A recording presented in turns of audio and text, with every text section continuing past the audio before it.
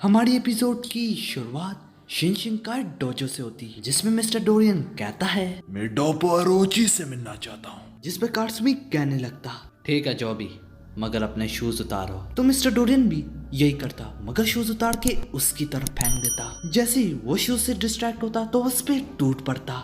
यूं ही देखते बड़ी आसानी से उसे ओवर पावर कर देता, मगर इतनी आसानी से वो भी इसे अपने ऊपर भारी पड़ने ना देता, जिसकी वजह से मिस्टर डोरियन गिर जाता। मगर इसी में डोरियन जमीन से एक बोर्ड उठा के सीधा उसकी तरफ फेंकता, जो कि उसकी थ्रोट पे लगती।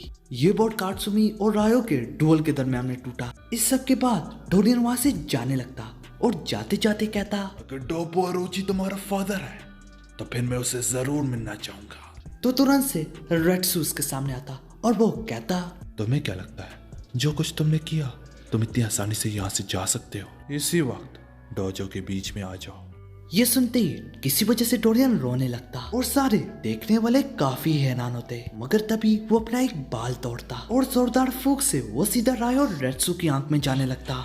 मगर वो घूम के जबरदस्त डांस के साथ एक जबरदस्त वार करता। खैर ऐसा तो लोगों ने सोचा था, उसका वो बाल रेट्सू की आंख के ऊपर लगा होता है। इसी तरह पहला वार रेट्सू ने नहीं बल्कि डोरियन ने किया। तो राय और रेट्सू कहता है, अभी ये लड़ाई फिनिश नहीं हुई। तभी मिस्टर डोरियन शराब निकालता और वो अपने इर्द गिर्द गिरा देता, साथ ही साथ खुद भी पीता। और वो कहता, शायद किसी और वक्त। जिसके दौरान वो लाइटर निकाल के आग जलाता और अपने मुंह से शराब बाहर फेंकता, जिसकी वजह से राय और रेट्सू पे आग लग जाती। देखते ही देखते नजरों से गायब हो जाता। सारे डोजो के लोग देखते रह जाते। इतना कुछ होने के बाद राय और रेट्सू को बहुत गुस्सा आता। दूसरी तरफ सीन शिफ्ट होता। बाकी और औरों का फिटनेस टेस्ट होता। 100 मीटर्स तक भागना, सॉफ्ट बॉल को फेंकना, लॉन्ग जंप, चिन अप और आखिरी 15 मीटर्स। ये सुन के बाकी दिल ही दिल में कहने लगता, अगर मैं वाकई में सोचूं तो ये मेरी जिंदगी का पहला फिटनेस टेस्ट है। इसके बाद बाकी की बारी होती 100 मीटर रन। इसी तरह स्टार्ट हो जाता। बाकी तो अपनी दुनिया में होता, जिसकी वजह से सारे लोग उससे आगे निकल आते। उन सबको देख के बाकी भी दौड़ लगाता, मगर उस दौड़ में उसने कुछ ज्यादा ही फोर्स का इस्तेमाल कर लिया होता। ये देख के सारे लोग हंसने लग जाते, ये क्या था। मगर तभी सारे लोग नोटिस करते हैं कि ग्राउंड में सुराख हो चुका है। तो वो समझते हैं शायद यहाँ पे ग्राउंड लूज था। तभी दूसरा सॉफ्ट बॉल, जिसमें वो काफी बढ़िया करता ऊपर फेंकने में, पर असल में इसने टास्क तो फेल कर दिया है। इसमें बॉल को बाउंस करके ऊपर फेंकना नहीं बल्कि स्ट्रेट फेंकना था। इसके बाद जंप की बारी होती, जिसमें वो कूद के जंप की फील्ड से ही बाहर निकल आता। तो सर कहता, अब मैं तुम्हारे कैसे मेजर करूं, तुम तो बाहर ही आ गए हो। इसके बाद चिन अप, और जिस लड़के ने सबसे ज्यादा किया होता है वो सिर्फ 15 होता। बाकी बड़ी स्पीड में फारक भी हो जाता, मगर किसी को दिखता तक नहीं, क्योंकि बाकी की स्पीड कुछ ज्यादा ही तेज होती, कोई नॉर्मल आंख न देख पाती। और वो तो कब का 15 करके फारक भी हो गया होता है। मगर सर समझता ये बड़ी छोड़ा है। तो सर दूसरे स्टूडेंट से पूछता, क्या किसी ने देखा इसे करते हुए? तो वो सारे कहते नहीं। तो सर उसे दोबारा करने का कहता। तो अगली बारी में वो उसके साथ ही आसमान की बुलंदियों पे चला जाता। ये देख के सारे लोग काफी हैरान होते, बाकी ने कोई टास्क सही तरीके से किया ही ना होता। इसकी वजह से बाकी का कोई सही तरीके से रिकॉर्ड ही ना बना होता। अगर इसी तरह चलता क्या तो ये तो फेल हो जाएगा।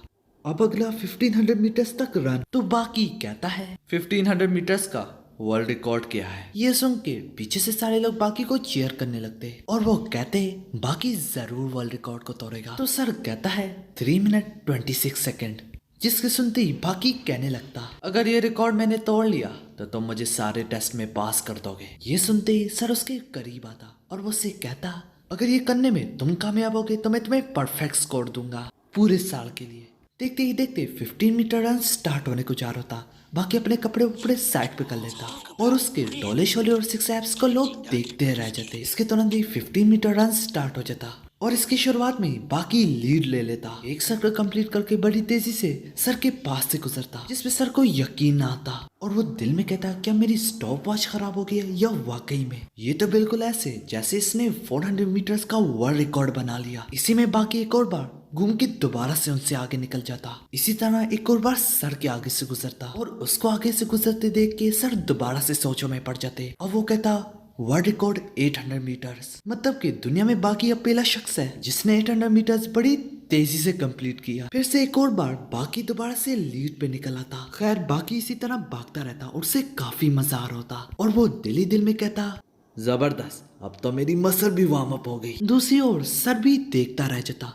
इसकी स्पीड तो बढ़ती चली जा रही है, मगर तुरंत से बाकी स्लो होने लगता। लेकिन खैर बाकी फिलहाल 1000 मीटर्स कंप्लीट कर चुका है वर्ल्ड रिकॉर्ड के साथ। उसका जिस्म मजीद आगे ना बढ़ पाता। इसे मसल क्रैम्प्स भी कहते हैं, जो कि सर रियलाइज कर चुका होता है, जिनकी वजह से बाकी जैसे लोगों को अपनी मसल्स में काफी दर्द महसूस होता है। ऐसे तो बिल्कुल नहीं कि बाकी कभी भागा नहीं, बाकी स्ट्रॉन्ग होने के लिए भागा करता था। हाँ, सिर्फ स्ट्रॉन्ग होने के लिए, ना कि तेज होने के लिए। और उसकी स्लो होने की ये भी वजह है, बाकी जब पहले भागता होता था तो वो ट्रेनिंग के तौर पे भागता था।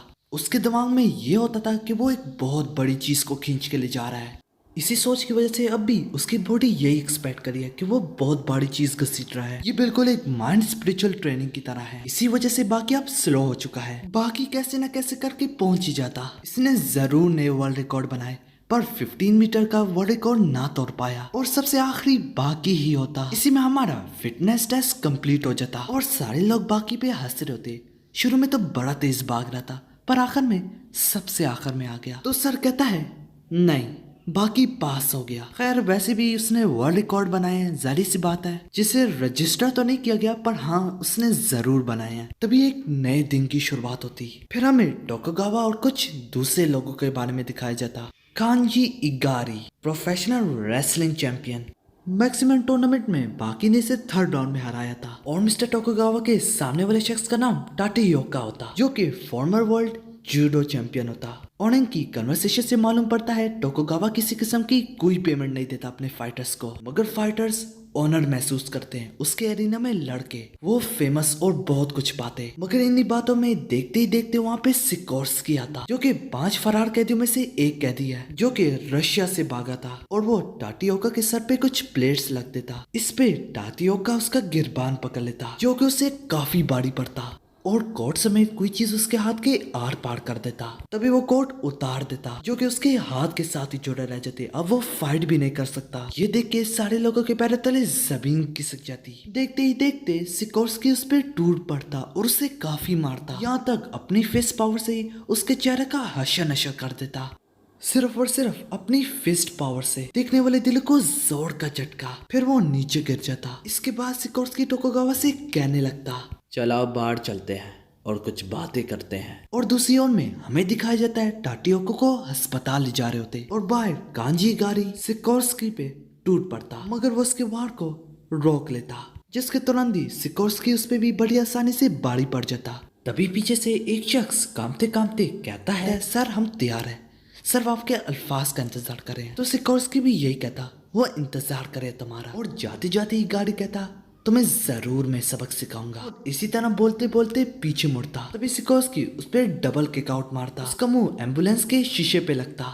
ये देख के दोनों के पैरों तले जमीन खिसक जाती। फिर सिकोर्स्की उसके मुंह का वही हाल करता जो उसने टाटियोका के साथ किया होता। अब बस सिकोर्स्की और टोकुगावा है। दूसरे सीन में दोनों गाड़ी में जा रहे होते। तो सिकोर्स्की कहता है, तुमने मुझे बताया नहीं हम कहाँ जा रहे हैं, पर मुझे बहुत अच्छा महसूस हो रहा है, क्योंकि उसे पता है वो टोकुगावा के साथ है। दूसरे सीन में हमें दोबारा से उसी पुलिस स्टेशन में दिखाया जाता और स्पेक दोबारा से गायब हुआ होता और ये लिख के क्या होता, मैं जल्द वापस आऊंगा। दूसरे सीन में हमें दिखाया जाता है टोकुगावा से अंडरग्राउंड एरिना ले आता। ये एक ऐसी जगह है जहाँ पे हर स्ट्रॉन्ग फाइटर लड़ा हुआ है। यूं ही वहाँ पे बाकी 4 फरार कैदी भी पहुंच जाते और उन्हें देख के टोकुगावा काफी खुश होता। सिकोर्स्की पूछता है, क्या तुमने इन्हें बुलाया? जिसके जवाब में टोकुगावा कहने लगता, नहीं, इनकी अपनी आग के साथ ही सरीना की आग और खून, जो कि सीधा इन्हें खींच के यहाँ ले आया है। तुम सबका यहाँ पे स्वागत है, पर इससे पहले बताओ, मुझे बताओ,